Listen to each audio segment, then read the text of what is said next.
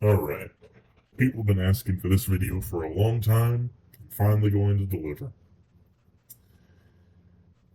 This is a fail stacking slash RNG manipulation slash roulette enhancing. We'll just call it the enhancing video. It's probably the only time I'll do this type of video because normally I have to really focus when I'm enhancing, so trying to explain what I'm doing while I'm doing it is going to make it harder for me to actually do it. So I incorporate both roulette style enhancing and fail stack style enhancing. I always do this. It's just kind of a force of habit. I'll explain both types. There's no reason for me to use roulette style enhancing here. I have no benefit for it, but it's just because it's force of habit. But let's get to the basics. So the first thing you need to understand about enhancing in a video game is the fundamental rules of the universe itself. Randomness, as you understand it, does not exist. There is no such thing as randomness in the universe. Everything is a product of preordained logic. If you flip a coin, it's going to land a certain way depending on when it lands and the type of force you applied on it and the wind resistance or any wind currents that are acting on it. Everything can be mathed out, and you know the outcome of that coin flip before it happens. Computers are even more logic dependent. They cannot operate in a chaotic system. A chaotic computer just doesn't exist. It's not a real concept. Everything a computer does has to follow logic gates. And because of that, RNG in a computer is even more predictable than RNG in real life. I guess it's not RNG, it's just randomness in real life. But point being, it follows very strict rules. What we are doing is we are stacking the deck in our favor. Is the best way to explain it. The way computers simulate randomness is because humans go and code a specific table or rules to generate a number table that are in accordance with a human's understanding of what randomness should be. And a human's understanding of randomness is non-uniform outcomes that are non-uniform and yet have a predictable result. A level of predictability, but also non-uniform in practice. So what that means is when a computer generates a random number table, that number table has to be a deck of cards. And the computer can't shuffle that deck of cards. So it's even more fixed than a deck of cards, but for simplicity's sake. Typically, the non-uniform means it needs to be non-uniform and divergent. So, technically, if you told a computer to give you 10 random numbers, the computer, as far as it functions, would give you 1, 2, 3, 4, 5, 6, 7, 8, 9, 10. There are your 10 random numbers. Because it doesn't understand what random even means. Now, if you teach it what random means, you have to give it rules of what random is, and that's where you get uniform and divergent. Now the computer knows that 1, 2, 3 is a uniform structure because it is the expected order of those numbers. That's bad. So it's going to do 1, 10, 2, 9, and it's just going to invert the order. But now you want it to be divergent. So now it's going to do 1, 10. Okay, so now 2 and 9 and 8 and 3 are all relatively close to the last two numbers that have been drawn, so we're going to go and give you 5 in the middle. Okay, now that we've drawn 5 and the last number was 10, the number before that was 1, we're going to go with 7. And it's going to pick numbers in the seed, or it's going to pick numbers based on the seed, and the seed is going to force it to pick numbers that calculate so many numbers before them to decide what the next number should be. And then the table will be created, and once the table is created, it'll just be called because it takes a lot of computational power for the computer to actually generate that table in the first place. So once it's active, it just keeps that table present forever. And it'll always be the same table because, again, logic-based systems. You can make it not, but they're not going to do that in any game. You don't need to worry about cryptographic randomness, where computers will use non-computational elements to create random inputs.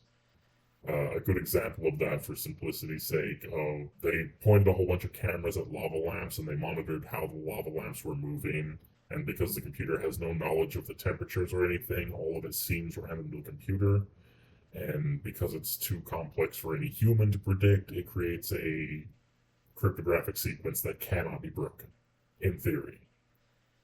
It's too many random elements interacting with each other. The human can't predict it, and computers can't predict it. What do you have left? They're not doing that for a video game, so you don't need to worry about cryptography. We just need to focus on our deck of cards, our set RNG table. Now, because we want a predictable outcome, this deck of cards is a deck of cards is the perfect example because it has 4 aces, it has 4 kings, it has 4 jacks, and every number will appear the same number of times in the total table. And that's so that the percentage chance of success can be quantified. If numbers appeared at complete random and there could be one use of 1 and then 100 uses of 100, it wouldn't be quantifiable as a 1, the computer wouldn't be able to generate that, and 2, it wouldn't be quantifiable as a percentage success rate. If you needed to get a 1 to succeed and that only appeared 1 time in a million numbers, you couldn't say that it's a 1% chance, even if the numbers only went 1 to 100, because, again, the total numbers in the sequence is what matters.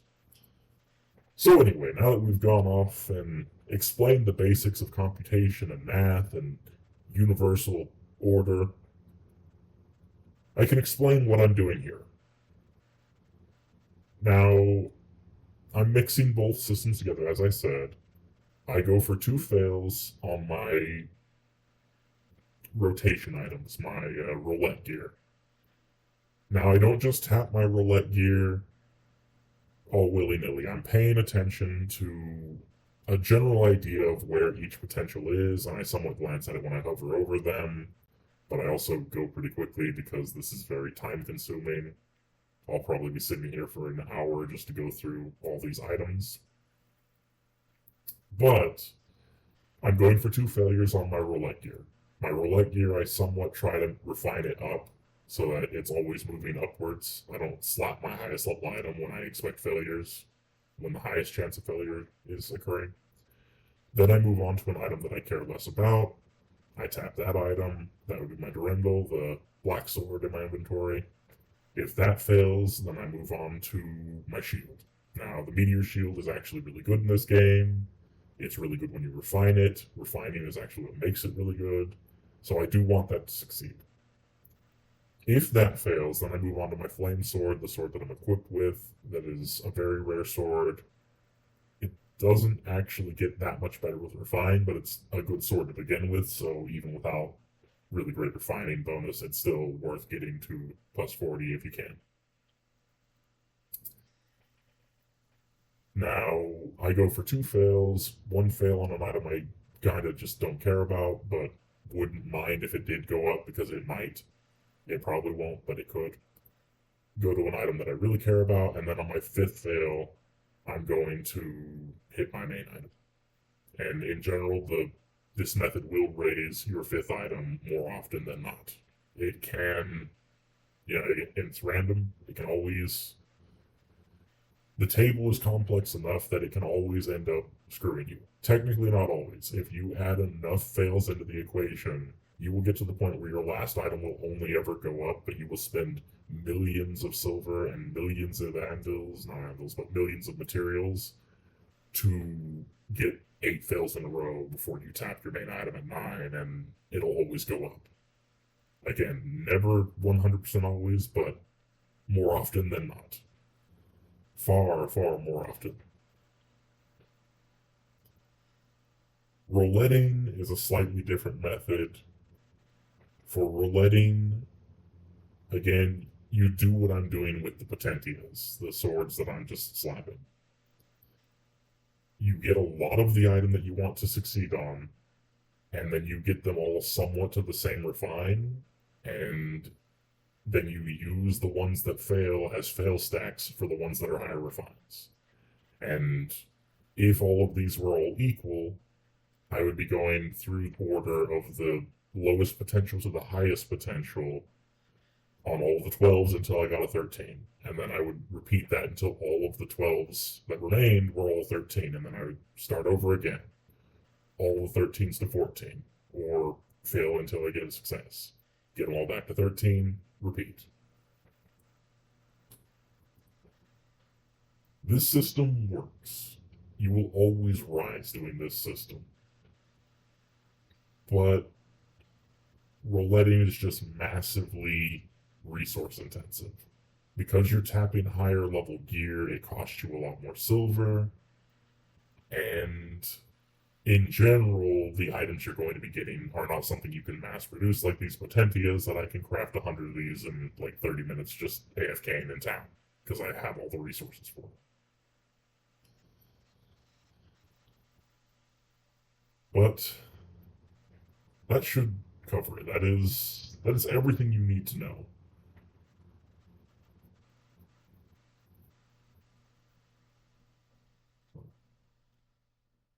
Like I said, you can fail.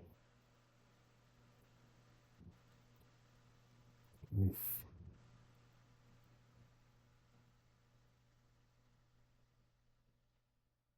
Oof. Well, I mean, there's my success. I should not have abandoned the method there. That was sad. Well, time to start over. The reason I just did that was because I was paying attention to my. Well, one, I kind of lost track because I was talking, but also I was paying attention to. Trying to pay attention to my past successes and fails. And I thought I was at the point that I had so many failures in a row that I was going to get back to back successes, and apparently I was not. Unfortunate. Well, thus is refining in any game. You're not going to be able to stack the deck entirely in your favor. I will be able to get these items to plus 30 still. It's just it hurts to be that close and then go that far back. But anyway, there's your refining video.